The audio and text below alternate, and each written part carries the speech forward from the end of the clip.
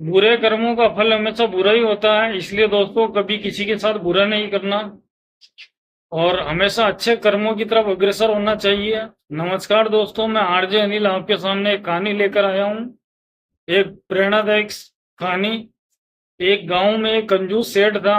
वो पैसों से तो अमीर था लेकिन दिल से बहुत गरीब था। उसी गांव में एक बुढ़िया रहती थी। वो मंदिर में साफ सफाई और करती थी और भगवान की सेवा में लगी रहती थी और उससे जो बन पड़ता वो लोगों की मदद करती थी।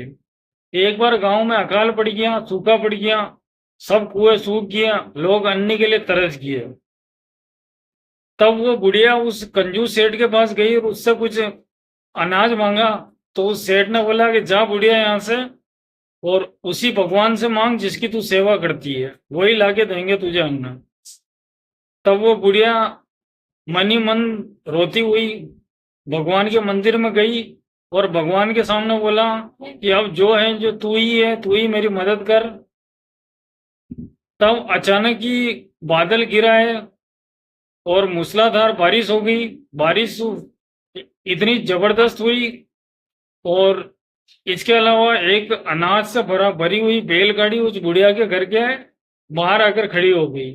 वो अनाज किसने भेजा किसी को कुछ पता नहीं। उस बुढ़िया को जब वो अनाज मिला, जब वो बुढ़िया को अनाज मिला तो वो बुढ़िया ने उस अनाज को सभी में बांट दिया। इस तरह देखो, भगवान ने उस बुढ़िया के लिए उसके अच्छे कर्मों के कारण उसे अनाज से भरी बैलगाड़ी भेज दी, ऊपर से बारिश कर दी और सभी लोगों ने ये सब देखा। और तभी वो बारिश में जो बिजली गिरी तो उस कंजूस सेठ के सारे अनाज जल गए। गोदाम में जो बिजली गिरी तो सब अनाज जल गया। इस तरह देखो, बुरे कर्मों का फल हमेशा बुरा ही होता है। ये छोटी सी कहानी हमें यही सीख देती है कि जैसा करोगे वैसा भरोगे। इसलिए हमेशा अपने कर्म अच्छे रखने चाहिए, लोगों की मदद सेवा करनी चाहिए और सिर्फ अपने भले और अपने बारे में नहीं सोचना चाहिए। नमस्ते।